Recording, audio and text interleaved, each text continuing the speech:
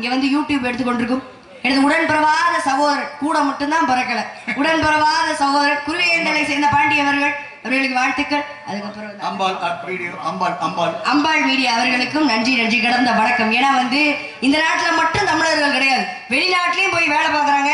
அந்த வெளிநாட்டுல இருக்கிறவங்களும் வந்து எங்களை வாழ்த்தி அனுப்புவதற்கான காரணம், அவங்களும் சந்தோஷப்படுறதுக்கான காரணம் இந்த 2 பேரும் தான். அவங்களுக்கு முதல்ல என்னுடைய நன்றி நன்றி கடந்த வணக்கம். அதனால எப்பேற்பட்ட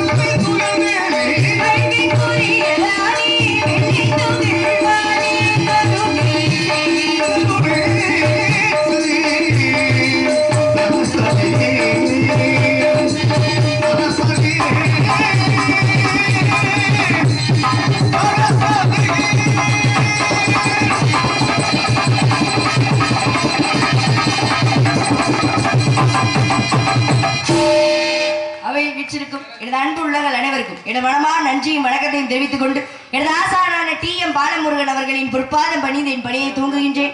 முருகா, முகுந்த மாள் மருகா, முன்னவனா மூத்தவனா, அனைவருக்கும் முதல்வனாய் விலகும் கணபதிக்கு பின்பிறந்தவர் முருகனே, செந்தில் முதல்வனே, மாயோன் மருகனே, ஒரு கை முகன் தம்பி, உம்முடைய தண்டைக்கால் எப்பொழுதும் மறவாத நம்பியை வாழும் இக்குறுதிலுள்ள கொற்றவனுக்கு மகளாய் பிறப்பெடுக்க வைத்தாய். நம்பிக்கை மகளாய் பிறப்பெடுக்க வைத்து நற்தமிழ் மொழியாய் அனைத்து மக்களும் என்னை செல்லமாக ஒவ்வொரு இல்லத்திலும் உள்ளவர்களின் உள்ளத்திலும் வள்ளி வள்ளி வள்ளி என பெயர் பெற செய்து பற்பல வல்லுநருடன் கல்வி பயின்று கற்றவரிடத்திலும் என்னை பெற்றவரிடத்திலும் சுற்றவரிடத்திலும் பேரும் புகழும் பெற செய்த கந்த பெருமானுக்கு நன்றி சொல்லத்தான் வேண்டும். மேலும் இக்குறிச்சிலுள்ள கொற்றவனுக்கு மகளாய் பிறப்பெடுக்க வைத்து தத்தி தத்தி தாவி குதித்து விளையாடும் பிள்ளை பிராயம் கடந்து துள்ளி திரியும் பள்ளி பருவத்தில் கூட என்னை யாரும் நகைக்காத வண்ணம் வள்ளி என பெயருக்கு தகுந்தார் போல் பெரியவர் முதல் என்னில் சிறியவர் வரை யாரையும் பகைக்காத வாழ்வு கொடுத்தபடி வேலவா, உன் பாதம் தொட்டு என் பணியை தூங்குகின்றேன் சுவாமி.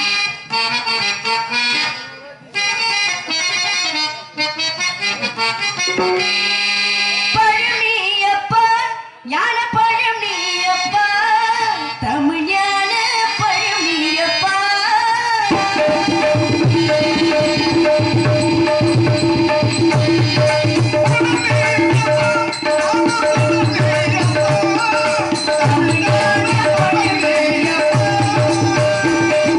பழனியப்பா, ஞான பழனியப்பா, தமிழ் ஞான பழனியப்பா.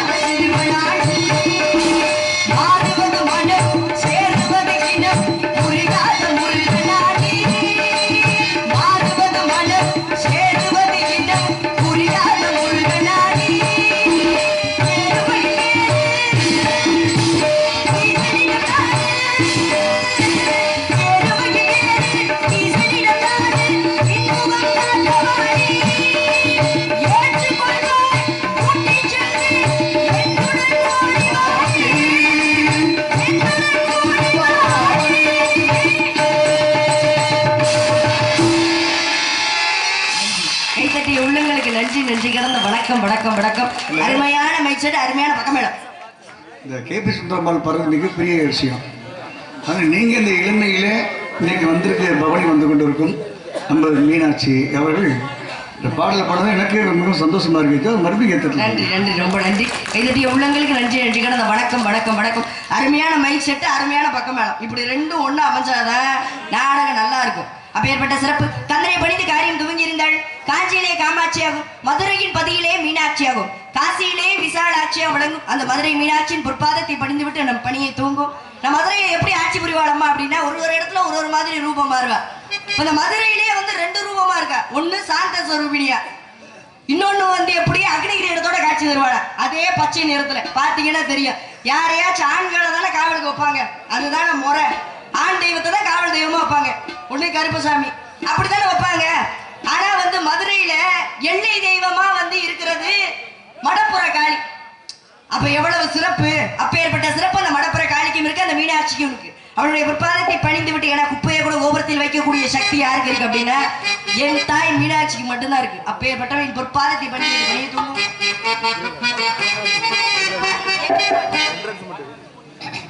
போட்டு டைட்டா எக்க வைங்க போட்டு.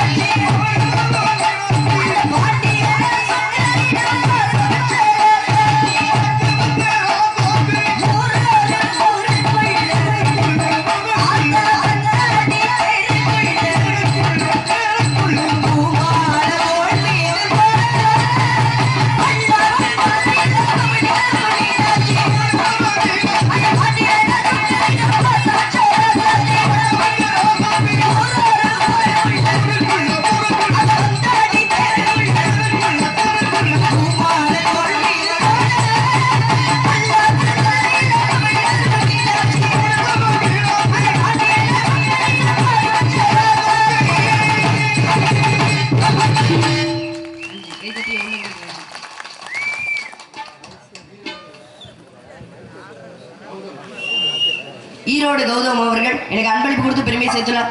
அன்பளிப்பு கொடுத்த அன்புள்ளத்திற்கு எனது சார்பாக நாடே குழு சார்பாகவும் நன்றி கடந்த வணக்கம். கல்லறை படித்து காரியம் துவங்கி இருந்தாள். அந்த உண்மையொழியின் அருளை பெற்றிருந்தாள். அண்டருக்காய் நெஞ்சிருந்தி அம்பலத்தில் ஆதிசிவன் தொண்டனுக்கு தொண்டனேன தொண்டு செய்வது எக்காலம் தொண்டனுக்கே தொண்டு செய்ய இறங்கி வருவாராம் சிவபெருமான். அதனாலதான் இன்று மதுரையின் பதிலே 64 திருவிளையாடலை புரிந்தார். அவர் அவரோட பக்தர்கள்லாம் விளையாடுறதே ஒரு வேலையை வச்சு என்ன பண்ணாரா, அன்று காசியில என்ன பண்ணாரா, பிச்சை எடுக்கிற பிச்சைக்காரன போறாரு உருமாறி. காலையில இருந்து மாலை வரையும் பிச்சை எடுக்கிறாரு. யாருமே பிச்சை போடல. யாருமே பிச்சை போடலன்னு என்ன பண்ணாரு, ஒரு சாக்கடை ஓரத்துல ஒரு பிச்சைக்கார உட்காந்துருந்தான். அவன் போய் பிச்சை கேட்டாரு. அப்ப நீ கையில சாப்பாடு வச்சிருக்கல, அதை எனக்கும் கொஞ்சம் கொடுத்துரு, நீயும் கொஞ்சம் சாப்பிட, ஏன்னா காலையில இருந்து பிச்சை எடுத்துட்டு இருக்கேன், யாருமே பிச்சை போடல அப்படின்னு சொல்றாரு. அப்படியா, இந்த முழு சாப்பாடை நீயே வச்சுக்கன்னு கொடுத்துட்டாரு. ஏன்னா கொடுக்கறதுக்கு ஒரு மனசு வேணும். என்னடா காலையில இருந்து பிச்சை கேட்டுட்டு இருக்க, நிறைய இருந்தாலும் கொஞ்சம் கூட கொடுக்க மாட்டாங்களே, ஆனா இவன் வச்சிருக்கிறே கொஞ்சம் தான் மொத்தத்தை இன்னைக்கு ஏன்ட்ட கொடுத்துட்டானே, ஏப்பா வந்திருக்கிறது யாருன்னு உனக்கு தெரியுதான்னு சொல்லி அந்த பிச்சைக்காரன் கேட்கிறாரு. கேட்டா என்ன சொல்றான், யாருன்னா எனக்கு தெரியும், முதல்ல சாப்பிட்டு பேசு அப்படின்றான். இல்லப்பா நீ வந்திருக்கிறது யாருன்னு தெரிஞ்சு ஆச்சரியப்பட்டு போயிருவேன் அப்படின்னு சொல்லி பிச்சைக்காரனா போன சிவபெருமான் கேட்கிறாரு. எனக்கு தெரியும்டா நீ சாப்பிடுற அப்படின்னு சொல்றாரு. யாருன்னு சொல்லு பார்க்கலாம் அப்படின்னு சொல்ல, ஐயா எனக்கு தோல் நோய் இருக்கு, என் பக்கத்துல வரவே எல்லாரும் அருவருப்பு படுவாங்க, ஆனா என்னையும் மனுஷனா மதிச்சு என்கிட்ட பிச்சை கேட்கறியே, இதுல இருந்தே தெரியலையா இந்த உலகத்தையே ஆளக்கூடிய பரம்பொருள் நீதான் என்று சாப்பிடுன்னு சொன்னானா. அப்பதான் உருமாறினாரா. அப்பேற்பட்ட சிறப்பு யாருக்கு இருக்கு அப்படின்னா அந்த பரம்பொருளுக்கு தான் இருக்கு. அவருடைய பாதத்தை பணிந்து விட்டு பணியை தூங்குவோம்.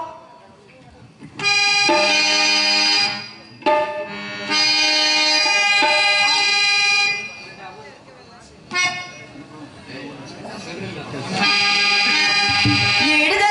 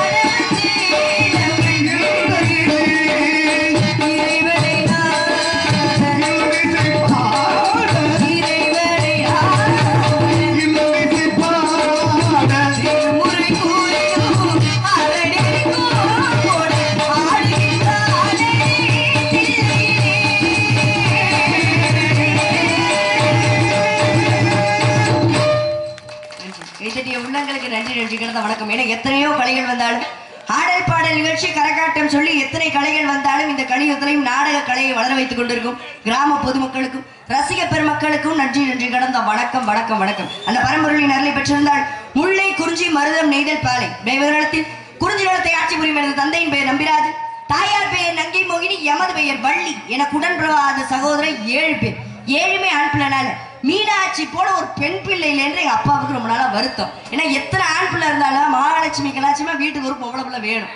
அப்படி எங்க அப்பா வருத்தப்பட்டார். அப்படி வருத்தப்பட்டு இருக்கும்போது வள்ளி கிழங்கு தோன்றும் இடத்துல பள்ளத்திலிருந்து எடுத்து வந்து என்னை ரொம்ப செல்லமாக சீரும் சிறப்புடன் எடுத்து வருகிறார். பெண் பிள்ளை பிறந்தால் காவலுக்கு அனுப்புவதாக அப்பாவோட வேண்டுதல். அந்த வேண்டுதலுக்கு இணங்க இன்று நான் காவல் புரிய வந்திருக்கிறேன். என்னுடன் என் உயிர் தோழி எடுத்து வந்திருக்கா. அதை விட பேர் அழகி ஒருத்தி வர போறா. என்ன சொல்றீங்க? அவளை பாத்தீங்கன்னு வச்சுக்கோங்க, அவளோட அழகை நீங்களா தொப்புக்கட்டின்னு விழுந்துருக்கு. என்ன அப்படி ஒரு அழகா? ஆமாங்க, பெண்ணுக்கு பெண்ணே பேராசை கொள்ளும் பேர் அழகி. நான் உடனே பார்த்தாக வேண்டுமே. அழகா இருக்குன்னு சொன்னாலே உடனே பார்த்தாங்க. பரவாயில்ல, அப்பேற்பட்ட அழகி. அதுக்கு முன்னாடி என் சொந்த வந்தேன்ல என் மனசுல என்ன இருக்குன்னு சொன்னேன். யார நினைச்சிட்டு இருக்கேன்? கந்தனை, கடம்படை, கார்த்திகேயனை, கதிரவேலனை, சண்முகனை, சரவணனை, குகனை, ஆறு முகனை, அந்த பால முருகனை நினைச்சு உருகி கொண்டிருக்கேன். இந்த முருகப்பெருமானுக்கு எத்தனையோ நாமங்கள் இருந்தாலும் ஞான பண்டாரன்னு சொல்லி ஒரு பேரு.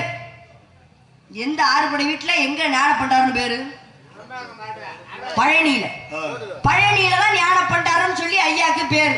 பொதுவாகவே மாலை போட்டு போறவங்க எல்லாம் என்ன பண்றது, எந்த அலங்காரத்துல பாத்தீங்க ஐயாவன்னு கேட்போம். ராஜ அலங்காரத்துல பார்த்தோம். ஏங்க ஆண்டி அலங்காரத்துல பார்க்க கூடாதா? ஆண்டி அலங்காரத்துல பார்த்தா நம்மளே ஆண்டி ஆக்கில உட்கார வச்சிருவாரு. யாரு சொன்னது ஆண்டி ஆக்கி உட்கார வச்சிருவாருன்னு? நம்மளை படைச்ச கடவுளுக்கு தெரியாதா நம்மளை எப்படி வைக்கணும்னு சொல்லி? நீங்க எல்லாம் பிறக்கிறதுக்கு முன்னாடி எழுதி வச்சிருப்பாரு. இப்படிதான் இருக்க போறேன், இப்படிதான் சீ போடுவேன், இப்படிதான் நல்லா இருப்ப அப்படின்னு சொல்லி எழுதி வச்சிருவாரு. அதனால வந்து இந்த கோலத்துல பாக்குறதுனால நம்ம கெட்டது செஞ்சிருவாரு. இந்த கோலத்துல பாக்குறதுனால நம்ம ராஜ அலங்காரத்தை கொண்டு போய் வச்சிருவாரா? கிடையாது. எந்த தெய்வம் வந்து ஞானத்தையும் செல்வத்தையும் தரக்கூடிய தெய்வம். எதுக்கு அவருக்கு பண்டாரன்னு சொல்லி பேரு? பண்டாரன்னா என்ன அர்த்தம்? எல்லாரும் என்ன நினைப்பாங்க? பரதேசி பையன், ஒண்ணும் இல்லாதவன், பண்டார பையன். அப்படியா? கிடையாது. பண்டாரம் என்றால் அதுல தமிழ்ல அர்த்தம் என்ன அப்படின்னா, தன்முன் செல்வத்தை குவித்து வைத்திருப்பவன் என்று பொருள். அப்ப எல்லா செல்வமும் இருக்கிறவரு ஏன் ஆண்டியா போய் பழனியை உட்கார்ந்துருக்காரு? ஒரு கட்டத்துக்கு மேல தனக்கு செல்வமே உதவாது, ஞானம் தான் உதவுன்னு தெரிஞ்சதுக்கு அப்புறம் ஞான பண்டாரமாக போய் பழனியில அமர்ந்துட்டாரு. அவ எந்த கடவுள் வந்து மகாலட்சுமி கும்பிட்டோன்னு வச்சுக்கோங்களேன், செல்வத்தை தருவார். இதை வந்து மீனாட்சி கும்பிட்டோன்னு வச்சுக்கோங்க, வீரத்தையும் ஞானத்தையும் தருவார். ஆனா ஞானத்தையும் செல்வத்தையும் தரக்கூடிய ஒரே கடவுள் யார் அப்படின்னா அந்த பழனியில இருக்க முருகர் மட்டும்தான். அதனாலதான் அவனுக்கு ஞான பண்டாரம்னு சொல்லி பேரு. அதனால பழனிக்கு இந்த வருஷம் போனீங்கன்னா போகும்போது எப்படி பார்த்துட்டு வரீங்க? பண்டாரத்திலேயே ஒரு தடவை பார்த்துட்டு வரீங்க. எப்படி இருக்குன்னு வந்து அடுத்த வருஷம் நான் கேட்பேன், நீங்க எல்லாம் சொல்லணும். ஓகேவா? சரியா? அதனால வந்து நன்றி. அந்த முருக பேர் இதே பேர் பெற்றக்கா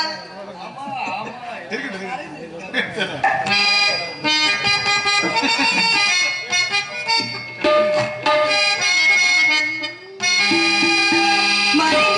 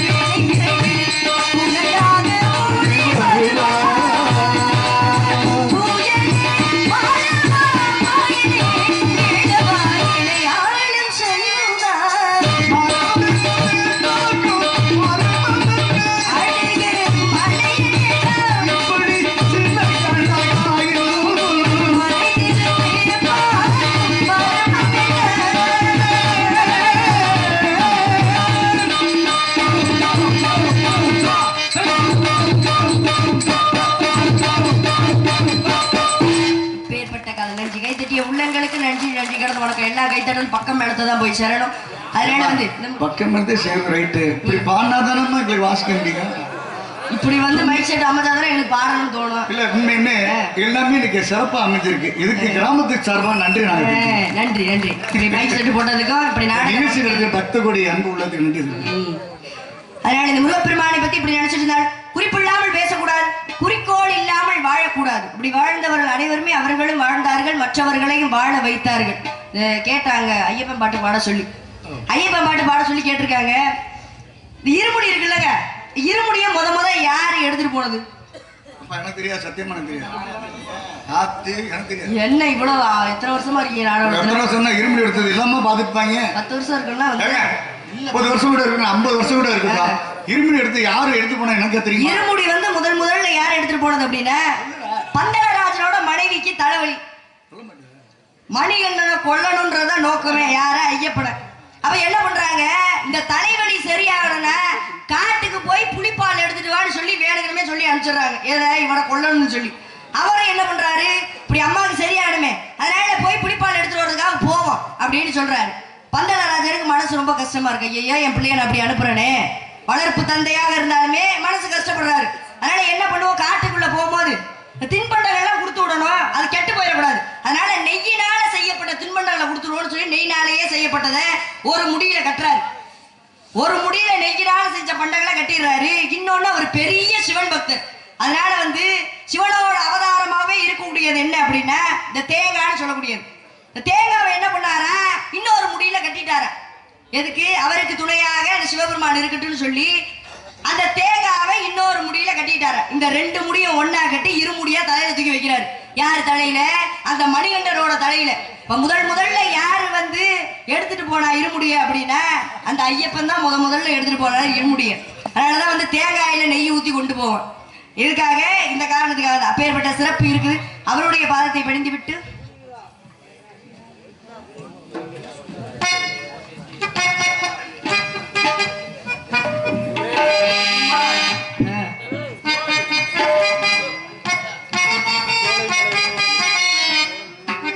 கண்ணாளே பாருமையா, கண்ணாளே பாருமையா, இல்லாமை தீருமையா, இருளுமையா, உன்னேதும் வேண்டாமையா, பொருளேதும் வேண்டாமையா, உன் பாதம் சேரும் அந்த திருநாளே போதுமையா.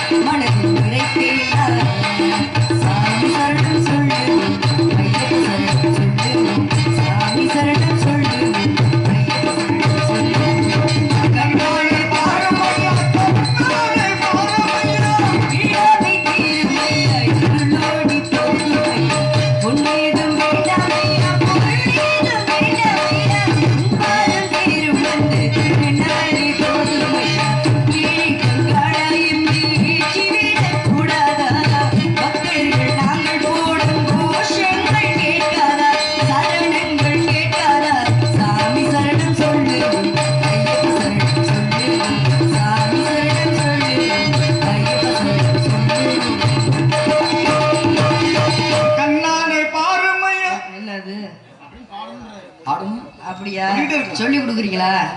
இல்லம்மா சொல்லிக்கிட்டே இருக்கலாம். இந்த 4 பேர்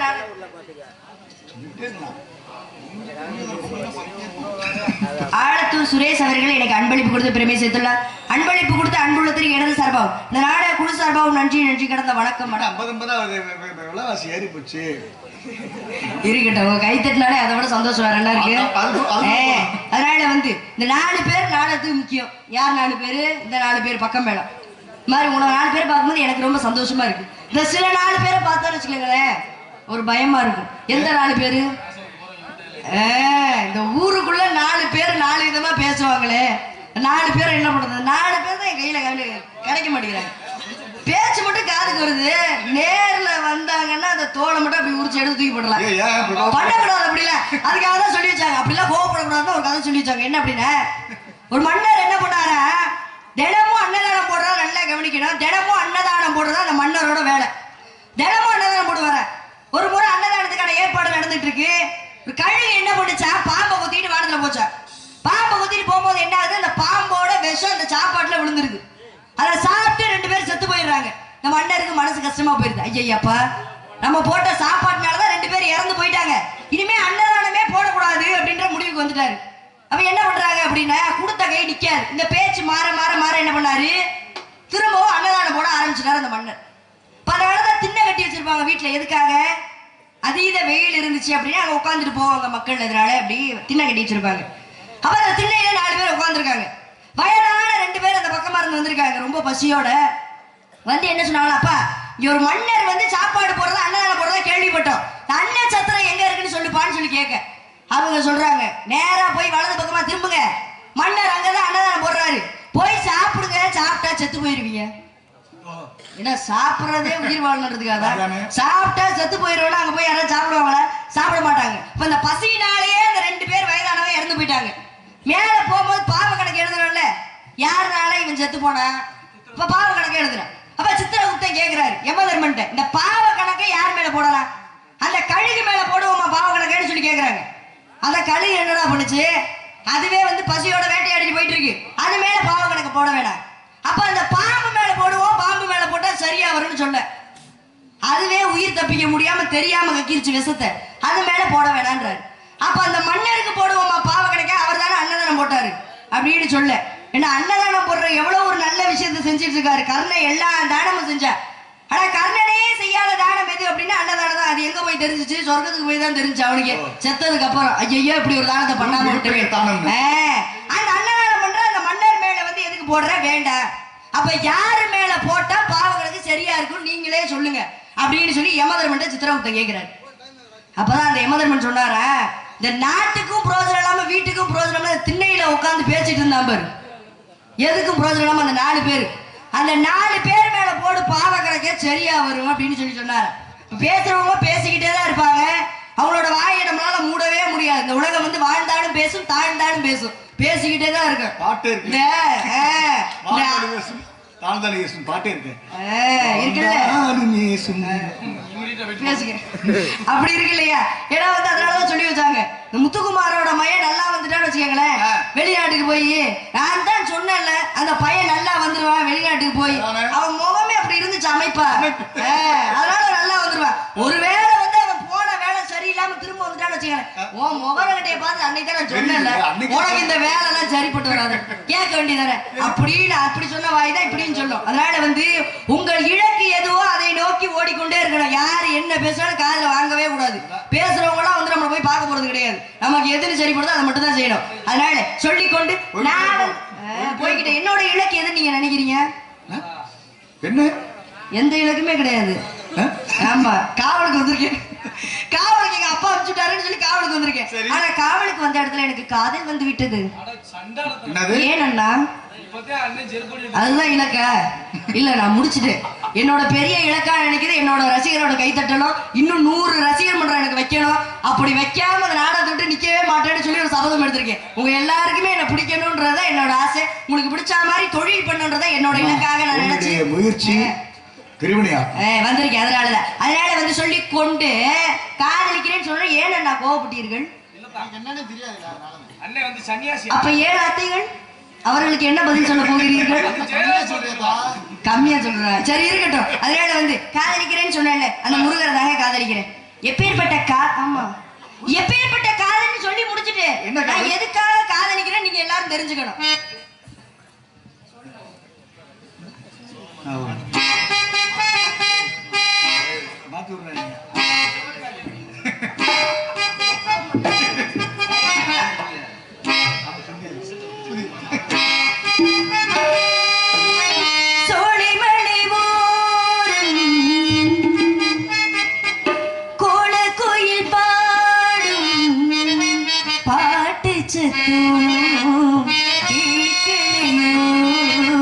பாடி வரும்